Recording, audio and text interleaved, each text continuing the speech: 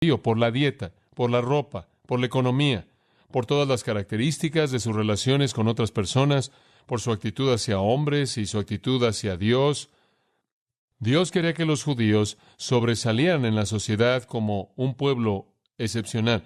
Quería que estuvieran separados, quería que fueran diferentes, para que la gente pudiera verlos, vieran que eran diferentes, vieran las características positivas que poseían y se vieran atraídos al Dios, quien era su Dios, quien hacía todo esto posible. Y entonces realmente su identidad única tenía que ver con su testimonio. El hecho de que alcanzaran al mundo dependía del hecho de que el mundo los viera y viera algo en ellos que ellos deseaban, un tipo de vida que era diferente. Dios quería que fueran un testigo nacional. Dios necesitaba un testimonio nacional. Israel fue ese testigo. Y entonces vivieron conforme a todos estos estándares para mostrar a Dios. De hecho, Isaías 43:21 dice: a este pueblo formé para mí mismo, mostrarán mi alabanza. En otras palabras, los he apartado de una manera tan única que van a ser un testimonio vivo de mí en el mundo. De hecho, en Éxodo, creo que es el capítulo 19, la Biblia llama a los judíos un reino de sacerdotes. Ahora, la función de un sacerdote era llevarle a los hombres a Dios. Llevarle a los hombres a Dios. Y eso es exactamente lo que Israel debía hacer. Los hombres debían ver a Israel, ver la identidad distintiva de Israel debido al tipo de conducta que mantenían, y vinieran a ellos y dijeran: ¿qué es lo que te hace vivir así? Y entonces Israel los llevaría a Dios. Y entonces, en el sentido genuino, eran un reino de sacerdotes. Y el gancho realmente que consistía en enganchar a los hombres y atraerlos a Dios era su identidad única conforme seguían ciertos patrones éticos, ciertos principios de conducta. En Deuteronomio capítulo 4, simplemente para ayudarnos a pensar en términos bíblicos, dice en el capítulo 4, vamos a comenzar en el versículo 5, He aquí os he enseñado estatutos y ordenanzas o leyes, así como Jehová mi Dios me mandó, para que los pongáis por obra en la tierra a la cual vais para poseerla. Ahora escuchen: guardad, por tanto, y hacedlos. En otras palabras, Dios les ha dado leyes para que sean mantenidas, para que sean guardadas, para que sean obedecidas. Porque esta es vuestra sabiduría y vuestra, ahora observe, y vuestro entendimiento a los ojos de las naciones. Como puede ver, esto es lo que los aparta como sabios y entendidos a los ojos de las naciones, que oirán todos estos estatutos y dirán: ciertamente esta gran nación es un pueblo sabio y entendido. Porque ¿qué nación es tan grande que tenga a Dios cercano a ellos? Como puede ver, el mundo debe verlo usted y decir: wow, esas personas tienen estándares, tienen ciertos principios que funcionan, que operan. ¿Hay algún pueblo tan cercano a Dios como ellos? Ese es un testimonio dinámico. Y entonces la gente que quería conocer a Dios vendría a ellos y ser presentados a Dios. Y entonces el versículo 9, él dice: solo tened cuidado y guarda tu alma diligentemente, no sea que olvidáis estas cosas que tus ojos han visto y que se alejen de tu corazón todos los días de tu vida. Enséñalas a tus hijos y a los hijos de tus hijos. No te olvides de las reglas, no te olvides de los principios, no te olvides de los estatutos y las leyes y las ordenanzas. Enséñaselas a tus hijos, porque generación tras generación van a estar en medio del mundo como un testimonio del Dios vivo. Entonces las leyes para Israel eran muy, muy importantes, y su conducta estaba basada en estos principios y eran con el propósito de llamar la atención de los hombres en últimas a Dios. Ahora es interesante también que se sumergieron tanto en el legalismo que se alejaron más allá de lo que Dios quiso que se alejaran.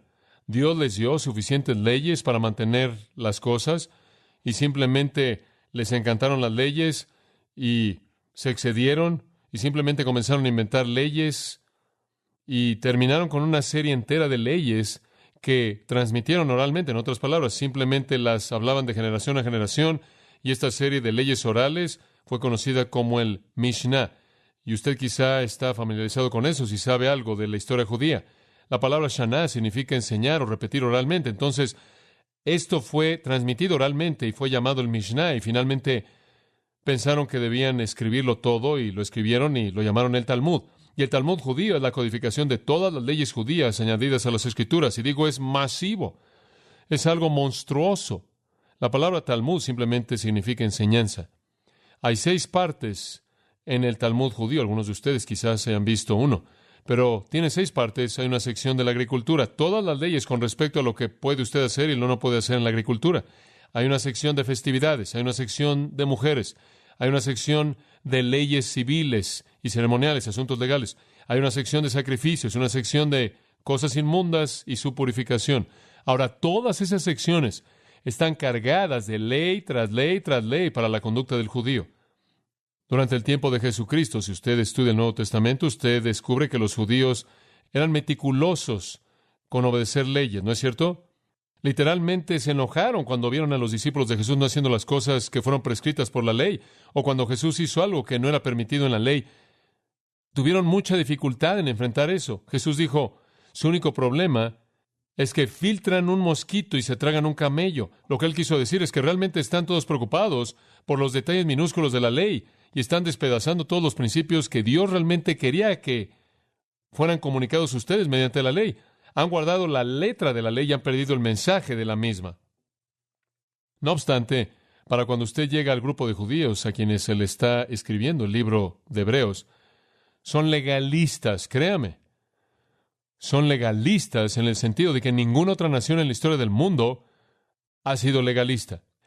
Viven por la ley, operan por la ley. No saben nada de libertad, solo de estar apegado a un sistema. No eran espíritus libres.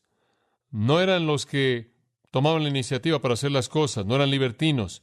Eran legalistas estrictos. La única vida que conocieron. Ahora observa esto. Aquí viene el nuevo pacto, ¿verdad?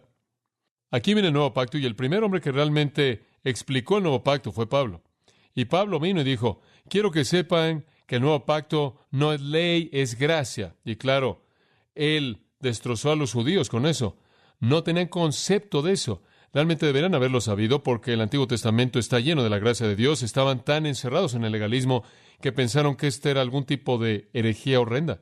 Inclusive cuando los judíos se volvieron cristianos, les fue extremadamente difícil dejar todos los rituales.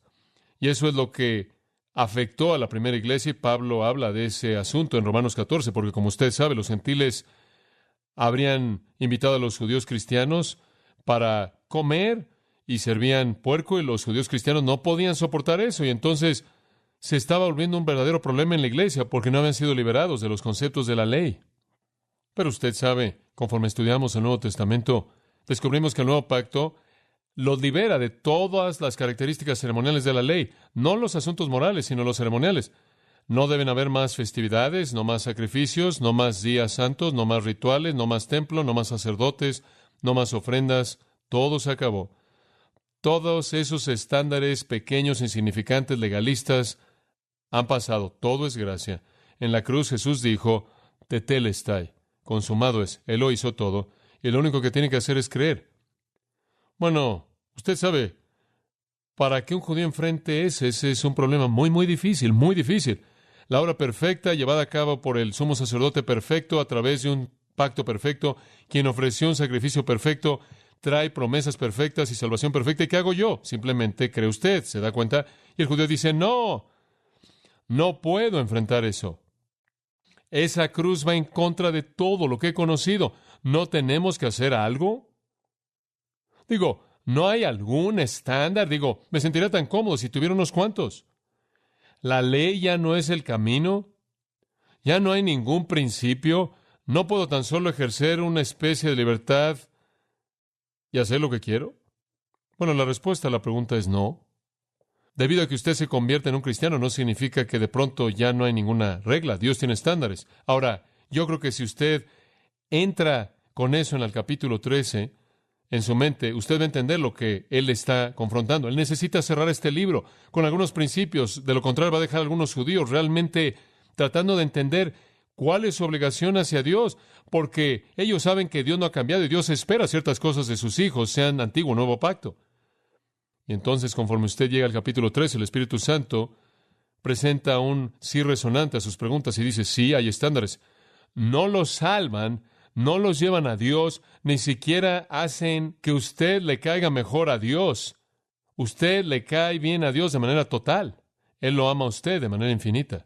pero hay algunos estándares que son muy, muy importantes. Y usted puede imaginar a un judío diciendo, bueno, ya no somos el testigo nacional.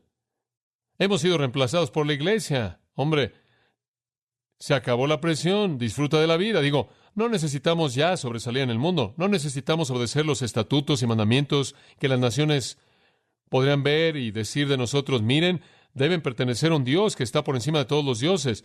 Hombre, debemos volvernos ese Dios. No, ya no tenemos que hacer eso más. Hombre, se acabó. Israel ha sido temporalmente hecho a un lado. La iglesia está vigente. Simplemente podemos relajarnos. El Espíritu Santo dice, no, son parte de la iglesia. La iglesia está constituida de judío y gentil. Los estándares no son minimizados en absoluto. Los estándares están ahí.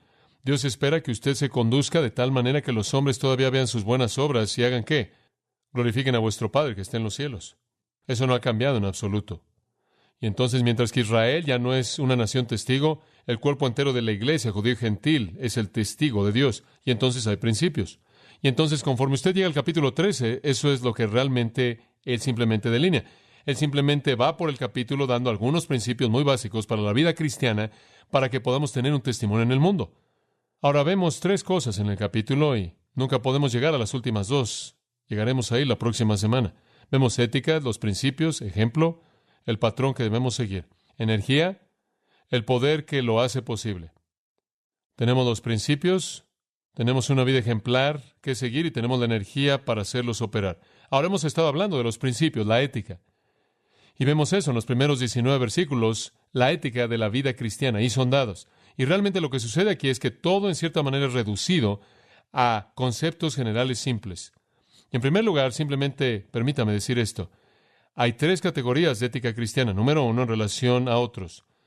Cubrimos eso, ¿verdad? Y en relación a otros, él pide dos cosas. Amor sostenido y empatía. Amor sostenido y empatía. El amor simplemente va a cubrirlo todo, ¿no es cierto? Y preocúpense unos de otros. Después, la segunda categoría, comenzando en el versículo 4, fue en relación a nosotros mismos. Hay algunos estándares muy importantes en relación a nosotros mismos. Número uno fue pureza sexual, versículo 4. Honrosos en todos el matrimonio y el lecho sin mancilla, pero a los fornicarios y a los adúlteros los juzgará Dios.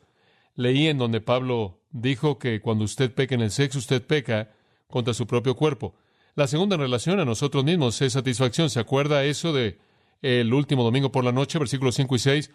Aprendan a estar sin avaricia, aprendan a estar satisfechos con las cosas que tienen y sepan que el Señor va a ayudar y va a cuidar de sus necesidades. Entonces, en relación a nosotros mismos, debe haber pureza sexual y satisfacción. En tercer lugar, y vamos a retomarlo en este punto, en esta noche, debe haber perseverancia. En relación a nosotros mismos, Dios desea que seamos perseverantes. Observa el versículo 9, y lo voy a leer. No os dejéis llevar de doctrinas diversas y extrañas, porque buena cosa es afirmar el corazón con la gracia, no con viandas, que nunca aprovecharon a los que se han ocupado de ellas. Ahora, aquí les está diciendo, no se atoren en el legalismo. Sí, hay estándares morales, pero no son los asuntos ceremoniales externos como lo que ustedes comen. Observe lo que dice, que su corazón esté establecido con ¿qué? Gracia, no ley.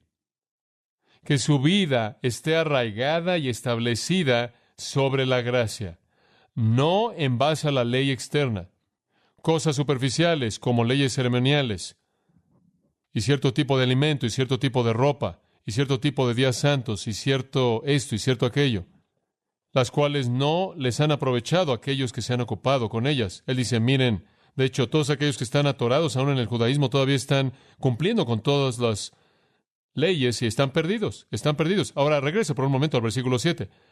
Acordaos de los que tienen autoridad sobre vosotros, que os hablaron la palabra de Dios.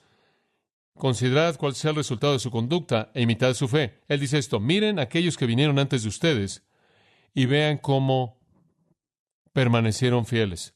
Después él dice en el versículo 8, Jesucristo es el mismo ayer, hoy y por los siglos. Véanlo. ¿Cambió él? ¿Acaso los que fueron sus padres espirituales cambiaron? Versículo 7, no. ¿Acaso el que es su creador espiritual cambió? Versículo 8, no. Entonces, versículo 9, tampoco cambien ustedes. no sean llevados con doctrinas diferentes y extrañas.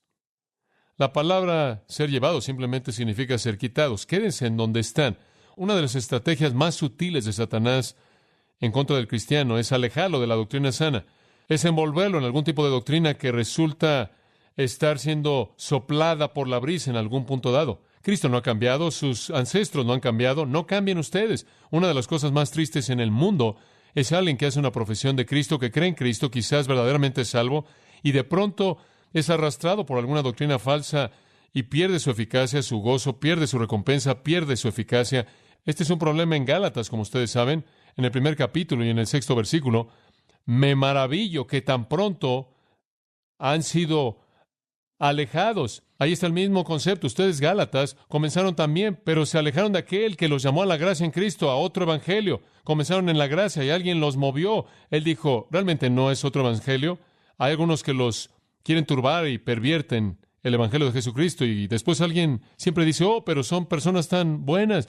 Oh, pero es un hombre tan amable. Oh, él, la evidencia de tanta sabiduría, y él es tan amable, y oh, él conoce la Biblia. Y entonces Pablo dice, pero aun si nosotros, un ángel de los cielos, os predicar otro evangelio del que os ha sido predicado, sea anatema. No me importa cómo sea, si no es algo que es verdad, es una perversión de la verdad, sea anatema, y simplemente para asegurarse de que nadie se confunda, él lo repitió en el versículo 9.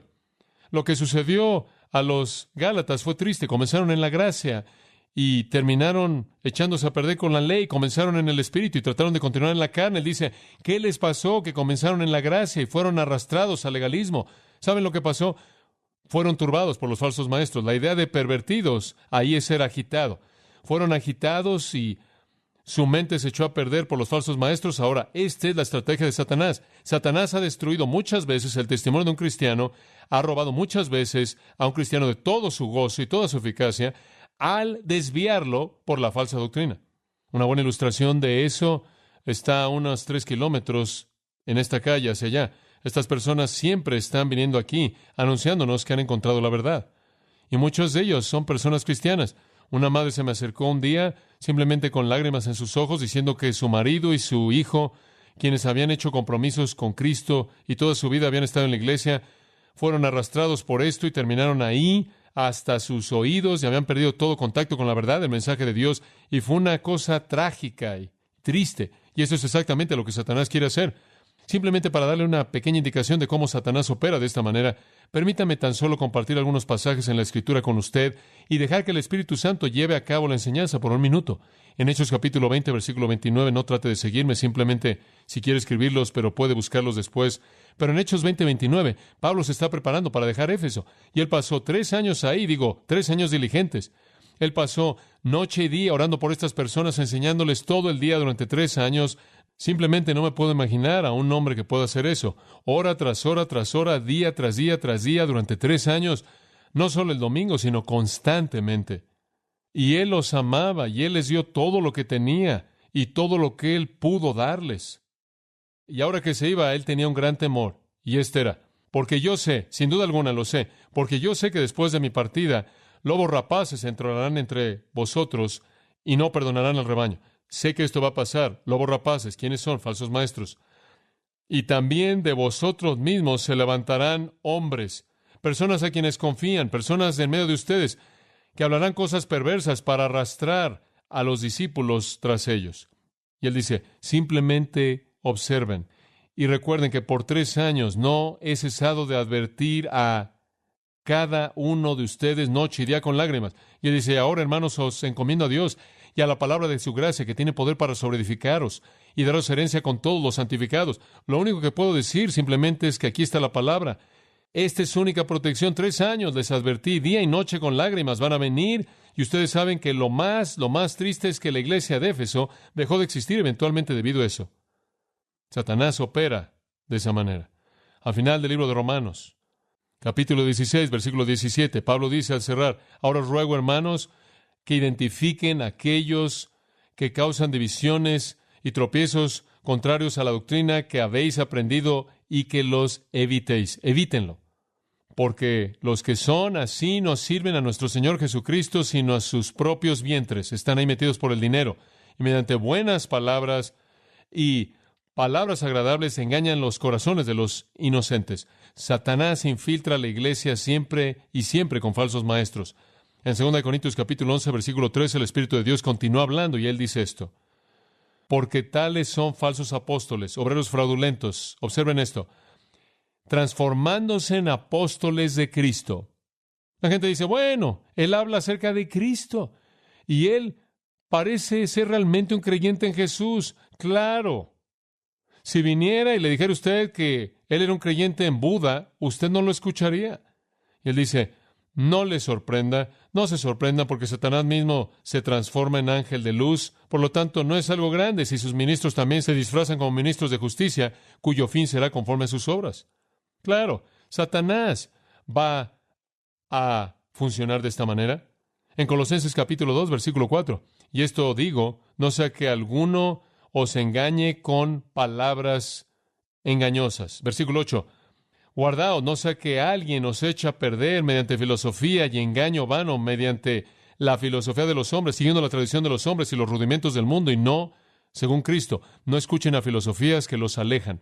Juan dijo, más vale que prueben los espíritus y vean si son o no de Dios.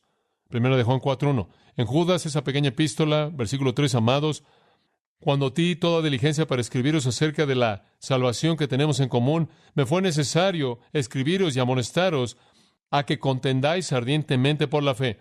Van a tener que pelear para aferrarse. ¿Por qué?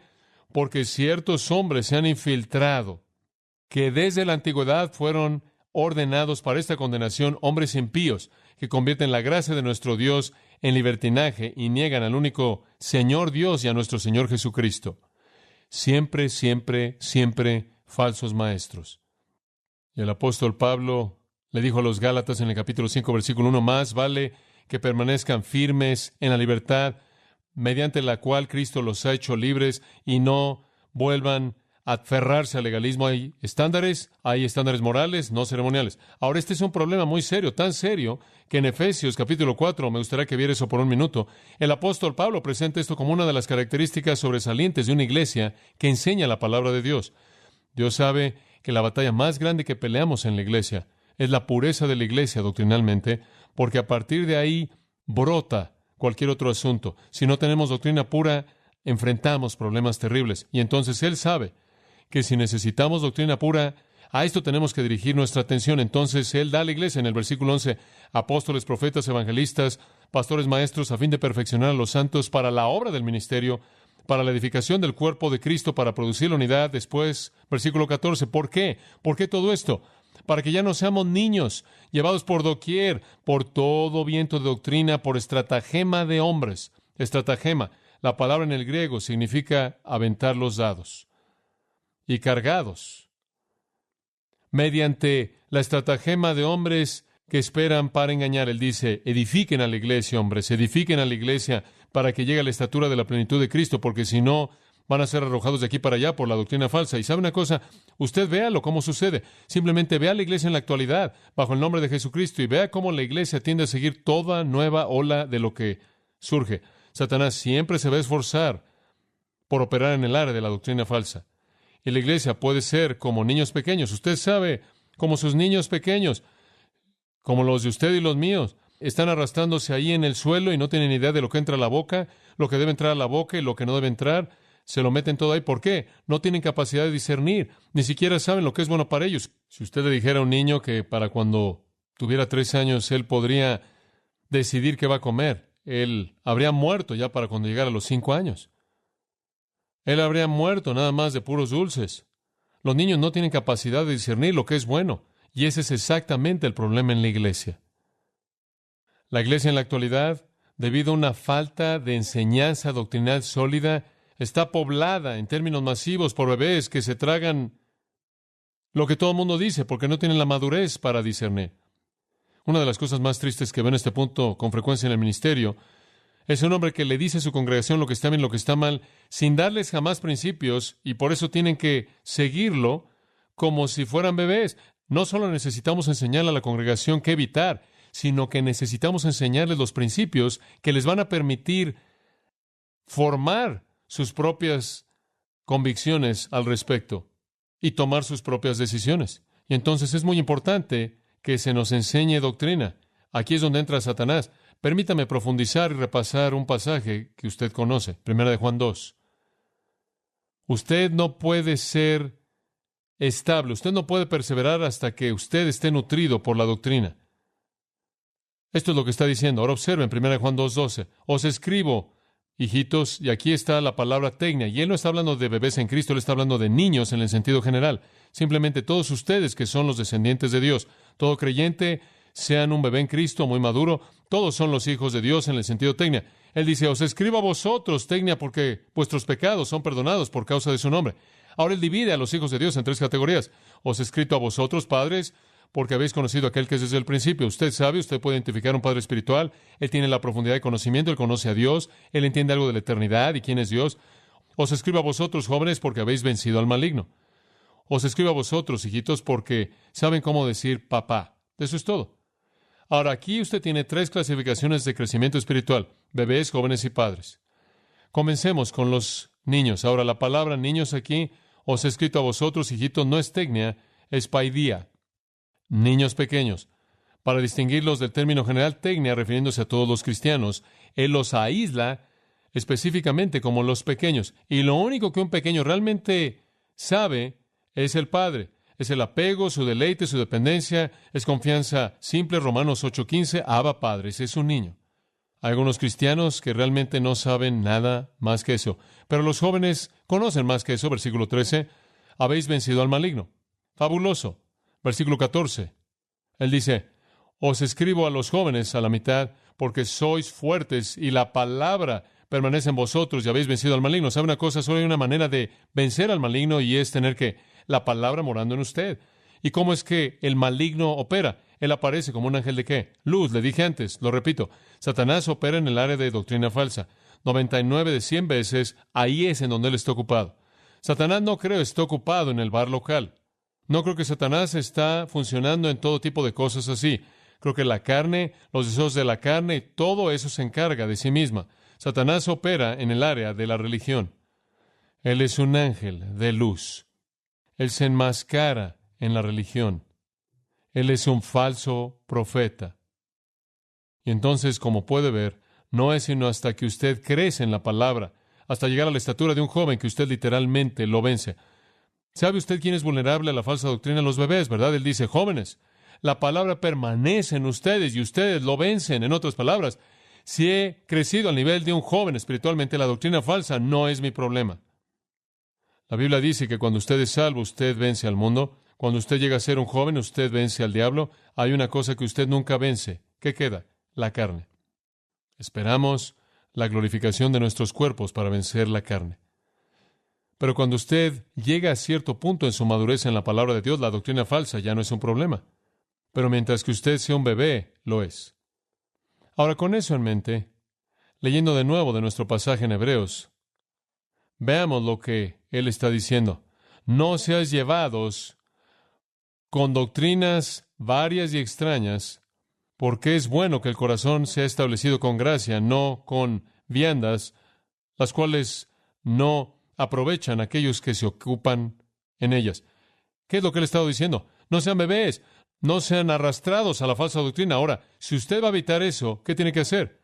¿Ser nutrido en qué? En la sana doctrina. Y de nuevo, usted regresa al mismo principio que hemos repetido tantas veces, que la palabra de Dios es la clave. Ahora usted observa que él dice aquí, usted sabe, la vida cristiana no gira en torno a la ley ceremonial, no alimentos, no carnes o alimentos, y los judíos estaban tan acostumbrados a las leyes alimenticias y rituales alimenticios que era difícil para ellos dejar eso.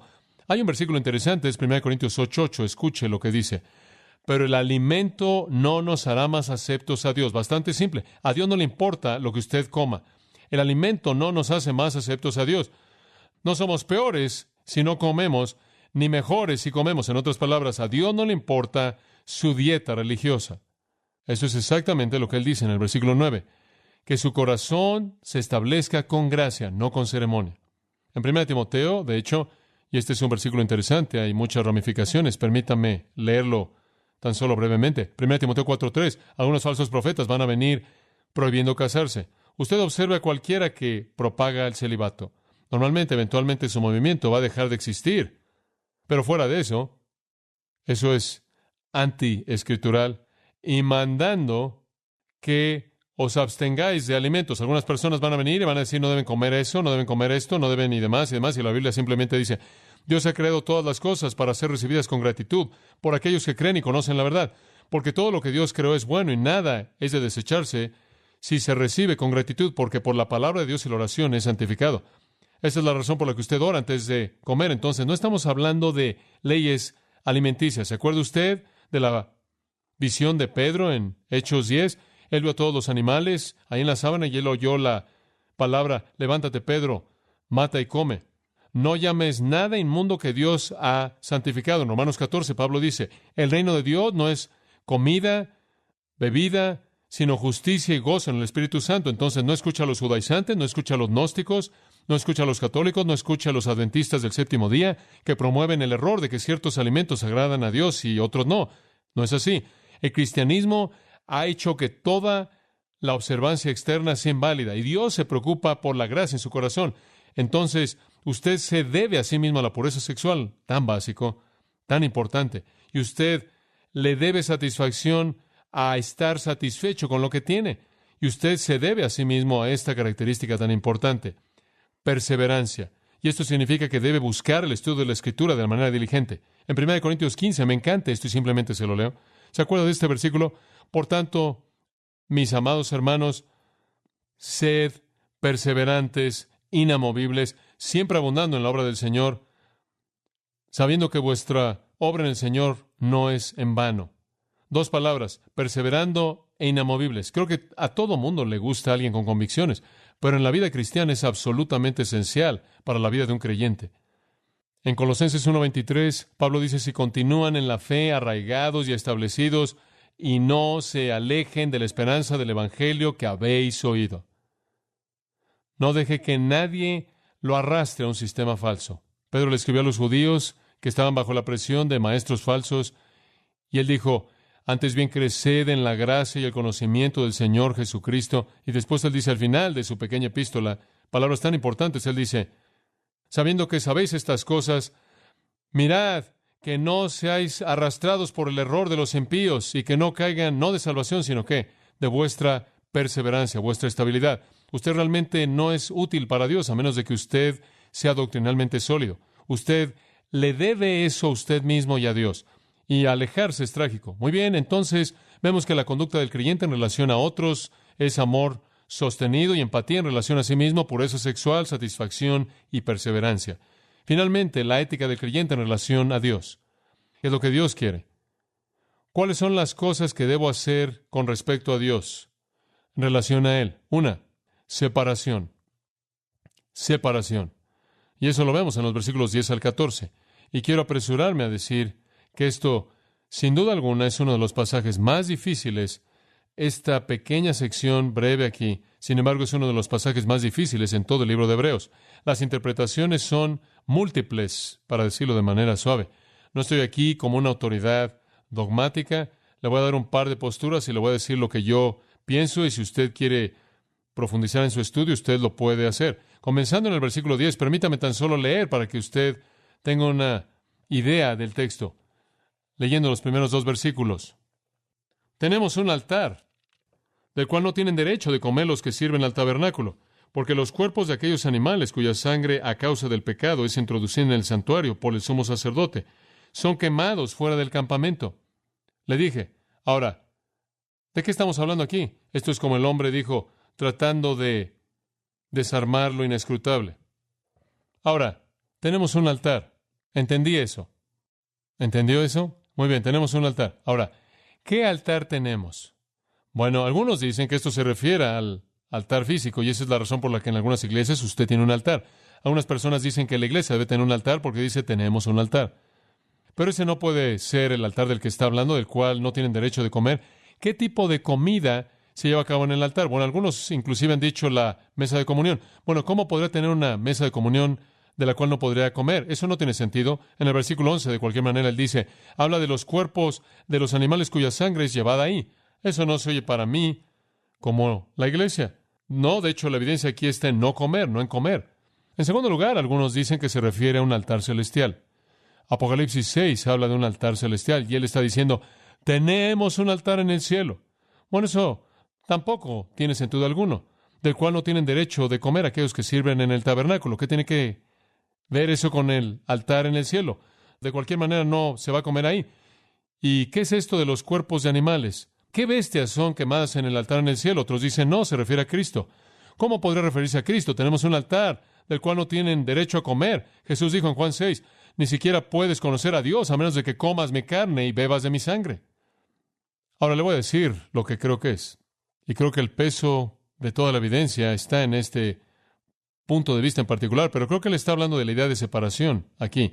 La obligación de un cristiano hacia Dios consiste en estar separado del mundo a Dios, ¿verdad? Creo que en eso se está concentrando. Ahora observe esto. Tenemos un altar. Él no está hablando de cristianos necesariamente, él está hablando de judíos. Creo que esa es la clave. Una vez que usted establece eso, lo demás fluye. Nosotros, judíos, tenemos un altar. ¿Se acuerdan de ese altar que tenemos? Aquí el altar incluye el sacrificio y el ritual. Tenemos un altar. ¿Se acuerdan de eso? Del cual no tienen derecho de comer aquellos que sirvan al tabernáculo. ¿Quiénes eran los hombres que servían al tabernáculo? Los sacerdotes. ¿Había cierto sacrificio en cierto altar del que no podían comer? Sí, lo había. Era la ofrenda por el pecado. En el día de la expiación, cuando la ofrenda por el pecado se presentaba, no podían comerla. El resto de las ocasiones, cuando hacían ofrendas, los sacerdotes comían lo que quedaba. La ofrenda por el pecado, una vez que era realizada y la sangre era rociada en el lugar santísimo y en el propiciatorio, los animales eran llevados afuera del campamento y quemados. Ese es el versículo 11. Porque los cuerpos de esos animales cuya sangre es llevada al santuario por el sumo sacerdote, por el pecado son quemados. ¿Dónde? Afuera del campamento. Él explica aquí, creo yo, qué altar es. Él dice, tenemos un sacrificio particular en el altar, tenemos un ritual en particular del cual no pueden participar. De hecho, los restos del sacrificio son llevados afuera del campamento y quemados. Esto, ¿sabe lo que es esto? Es una analogía. Lo único que está haciendo es darles una analogía para enseñarles un principio. Aquí está el principio. Necesitan separarse del sistema. Usted sabe, como esas ofrendas por el pecado que nadie podía tocar, sino que tenían que ser llevadas afuera del campamento, necesitan estar tan separados del campamento del mundo. Eso es esencialmente lo que está diciendo. Él simplemente está haciendo una pequeña analogía. No la puede empujar muy lejos. Él está diciendo, como los animales en la ofrenda por el pecado eran llevados afuera, el creyente necesita ser quitado de los hombres pecaminosos, quitados del sistema, quitado del mundo y apartarse. Ahora, él profundiza en el versículo 12 al identificar a Jesucristo. E incidentalmente, la gente de cualquier manera no quería tener una parte en la ofrenda por el pecado. No querían participar de eso. Versículo 12 dice, por lo cual también Jesús, para santificar al pueblo mediante su propia sangre, padeció fuera de la puerta. Jesús estaba apartado del sistema, ¿no es cierto? En el Antiguo Testamento los judíos tomaban esos cuerpos de esas ofrendas por el pecado, tanto las ofrendas de los sacerdotes como las del pueblo, y los sacaban del campamento. No querían tener nada que ver con esas ofrendas por el pecado. Las separaban de sí mismos. Jesús hizo lo mismo. El sistema no quiso a Jesús tampoco. Lo expulsaron. Él sufrió afuera de la puerta y él santificó al pueblo con su propia sangre. Ahora, como los cadáveres entonces eran quemados afuera del campamento de Israel, entonces Jesús fue matado afuera de la ciudad de Jerusalén. Él fue matado afuera del muro de Jerusalén y cumplió de manera perfecta el retrato del Antiguo Testamento. Usted sabe que esas ofrendas por el pecado antiguas eran los retratos de Cristo, ¿no es cierto? Y entonces cuando Él vino, Él sufrió afuera, como la ofrenda había sido sacada. Ahora, no quiero explicar más que eso. Ambas fueron rechazadas. La ofrenda por el pecado rechazada. No querían comerla, lo sacaron. Jesús rechazado, lo sacaron. Y tampoco querían tener que ver con Él. Y entonces Él lleva el punto al versículo 13. Salgamos, por tanto, afuera del campamento llevando su menosprecio, porque no tenemos una ciudad continua, sino que buscamos una venidera. Separémonos también del sistema. Nosotros, judíos, tenemos un altar, entonces, y en él hay un sacrificio que nadie puede comer. Los cuerpos son rechazados, sacados de la ciudad y quemados. Jesús, la ofrenda por el pecado verdadera, también fue rechazado por el sistema, pero por una razón diferente. Él no está estirando la analogía, él simplemente está diciendo, esto es como Jesús, quien también estuvo sufriendo afuera de la ciudad. Y claro, hay muchas diferencias. Usted no puede excederse, como dije, porque el animal era matado Antes de que fuera sacado, Cristo murió afuera. Y Jesús estuvo dispuesto a ir. Él estuvo dispuesto para que pudiera santificar al pueblo con su propia sangre. Él fue menospreciado, Él fue rechazado, Él fue odiado, Él fue rechazado, Él fue traicionado, arrestado, objeto de burla, golpeado, matado como un criminal común. Y Él aceptó cada parte de esto para derramar su sangre a favor de los hombres. La Biblia dice aquí en el libro de Hebreos, sin derramamiento de sangre no hay perdón de pecados. Jesús sabía eso, y Él derramó su sangre por el perdón de pecados. El sacrificio del Antiguo Testamento era una vergüenza para el pueblo y lo sacaban. Jesús fue objeto de vergüenza y lo sacaron, aunque no sabían que Él era la ofrenda por el pecado verdadera. No pensaron en eso. Y el punto práctico es este. Usted y yo debemos estar dispuestos a salir del sistema y a llevar el menosprecio y la vergüenza que tanto la ofrenda por el pecado y Cristo mismo llevaron al ser rechazados por los hombres. Moisés lo hizo, capítulo 11, versículo 26, estimando el vituperio de Cristo como riquezas mayores que los tesoros en Egipto. Moisés consideró el estigma que reposa en el ungido de Dios como una riqueza mayor que los tesoros en Egipto.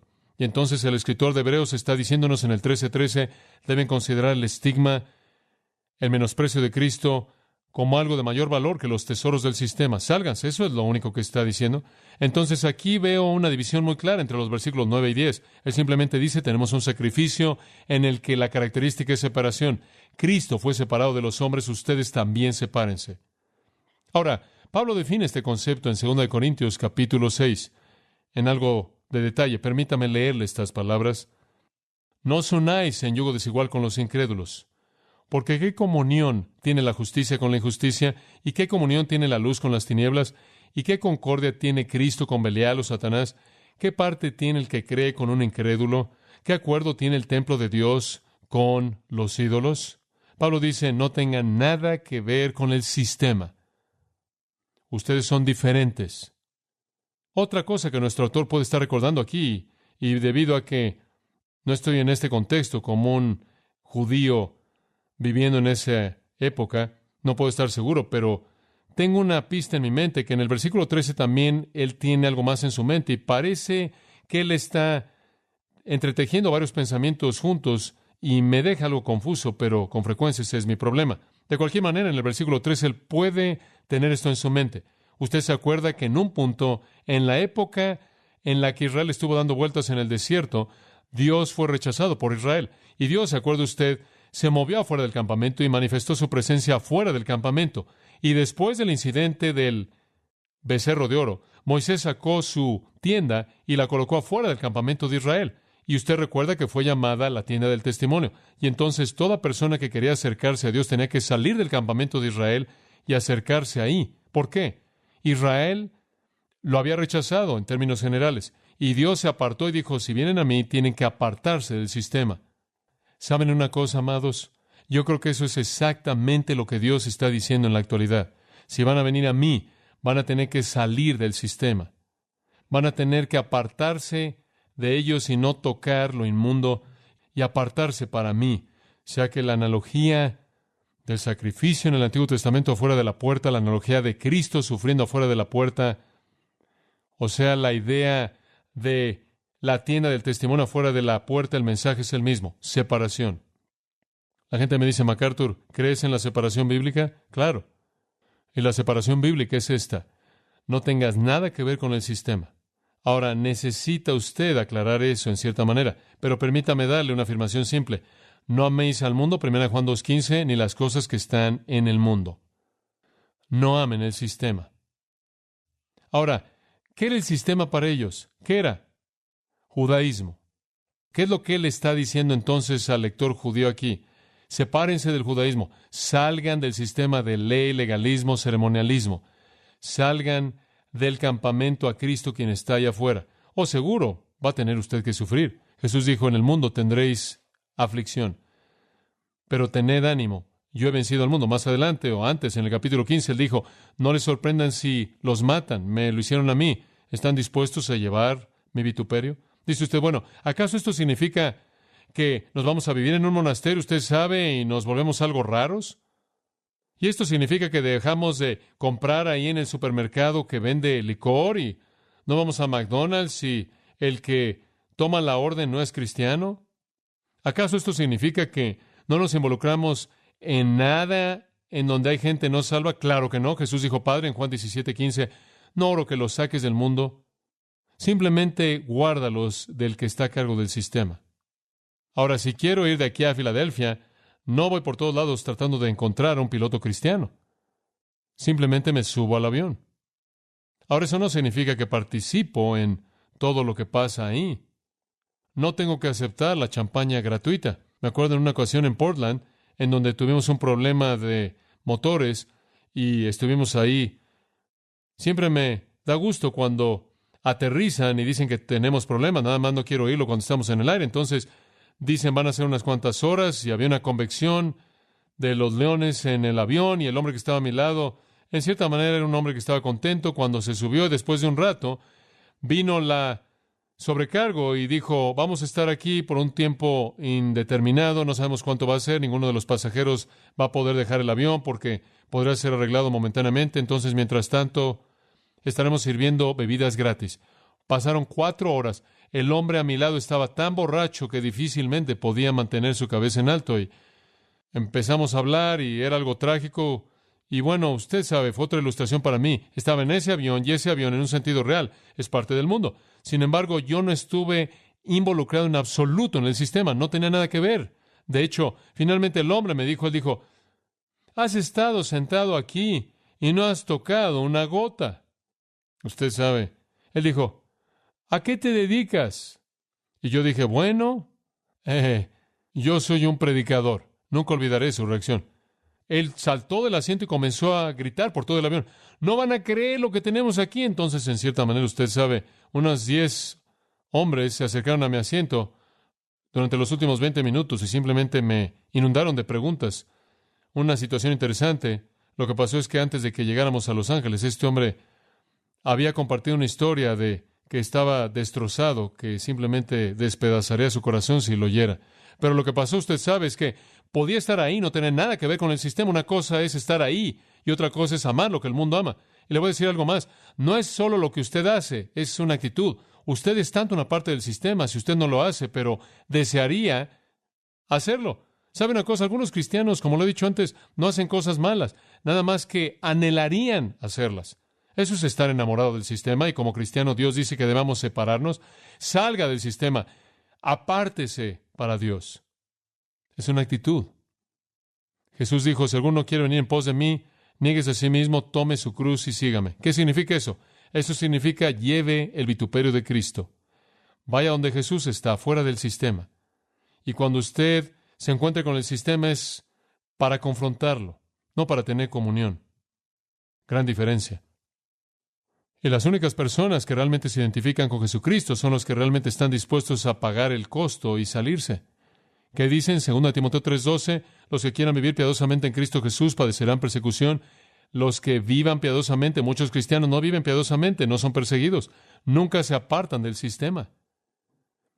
El apóstol Pablo sabía lo que era apartarse del sistema, él no tuvo nada que ver con él. Sin embargo, él siguió llevando a gente a Jesús. Él iba al pecador, pero nunca lo acompañó en su pecado. Filipenses capítulo 2, versículo 17, él dice, si soy ofrecido en el sacrificio y servicio de vuestra fe, me gozo y regocijo. Capítulo 3, versículo 10, a fin de conocer la participación de sus padecimientos. Él dice, estoy dispuesto a salir hasta donde tenga que salir y ser un sacrificio y conocer los padecimientos de Cristo en mi propia vida, simplemente para separarme del sistema, porque si vivo ese tipo de vida, me van a ver y van a venir a Cristo. Tan importante.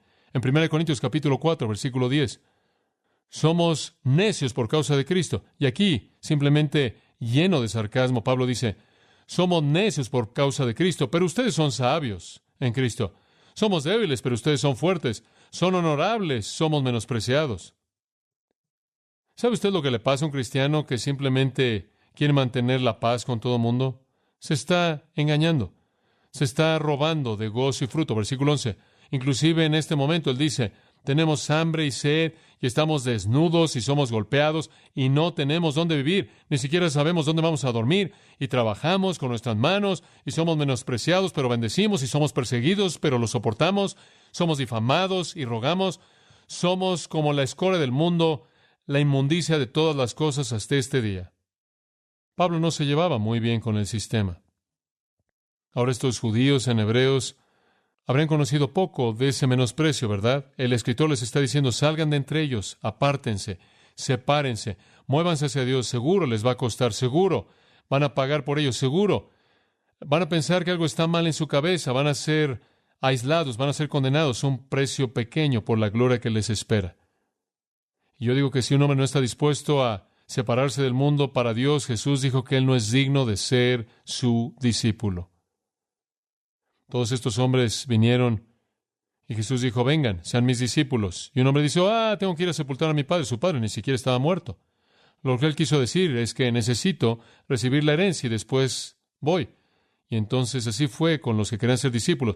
Si usted no está dispuesto a dejar a padre, madre, todo en el mundo para salir, usted no es digno de ser su discípulo. Escuche, por cierto, permítame hacer un comentario al margen al decir esto. Aferrarse al sistema es algo torpe de cualquier manera, porque va a terminar en humo y es necio. Todo lo que hay en el mundo pasa, primera de Juan 2, pasa. No va a quedar nada. Usted no debe tener nada que ver con el sistema, porque dice en 1 Juan 5:19, el sistema entero yace bajo el poder del maligno. ¿Usted quiere tener algo que ver con eso? Usted no debe tener nada que ver con el sistema, debido a lo que Pedro dice. Usted tiene una herencia incorruptible, incontaminada, inmarcesible, reservada en los cielos para vosotros. ¿Qué quiere usted con la basura del mundo?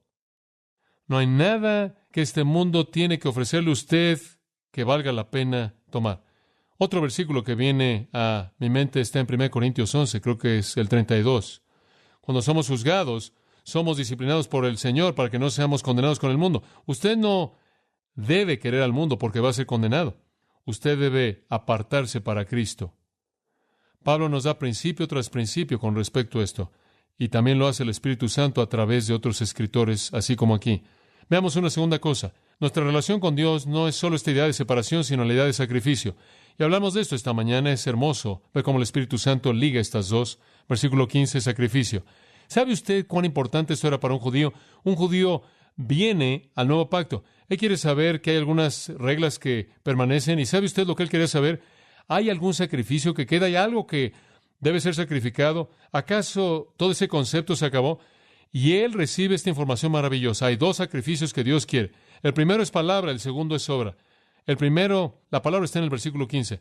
Mediante el, ¿quién es ese? Jesucristo. Por tanto, ofrezcamos el sacrificio de alabanza a Dios continuamente.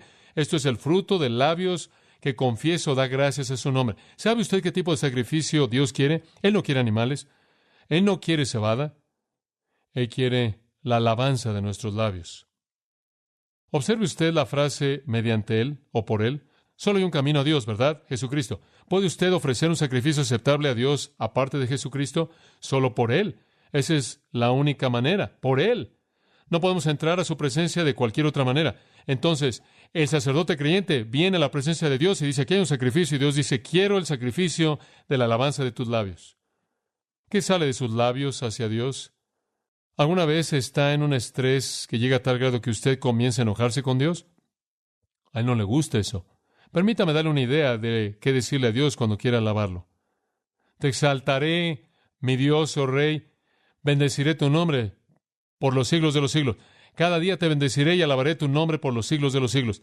Grande es Jehová y digno de ser alabado, y su grandeza es inescrutable. Una generación alabará tus obras a la otra y declarará tus obras portentosas. Hablaré del honor glorioso de tu majestad y tus obras maravillosas. Y los hombres hablarán del poder de tus obras que inspiran asombro, y declararé tu grandeza. Jehová es bueno para con todos, y sus misericordias están sobre todas sus obras. Todas tus obras te alabarán, oh Jehová. Hablarán de la gloria de tu reino y hablarán de tu poder. Y sigue, y sigue. Salmo 146. Alabad a Jehová. 147. Alabad a Jehová. 148. Alabad a Jehová. 149. Alabad a Jehová. 150. Alabad a Jehová. Eso agrada a Dios. Cuando el clamor de sus labios es alabanza a Dios, ese es el sacrificio que Dios desea. Observe la palabra clave. ¿Está listo para escuchar esto? Ofrezcamos el sacrificio de alabanza a Dios. ¿Cuál es la siguiente palabra? Continuamente. Continuamente, dice usted. Pero no entiendes mis problemas. No, usted no entiende a su Dios. 1 Tesalonicenses 5:18. Dad gracias en todo, porque esta es la voluntad de Dios en Cristo Jesús para con vosotros. Dé gracias en todo. Alabe a Dios en todas las cosas. Le agrada. La segunda cosa que le agrada, versículo 16, no solo palabra,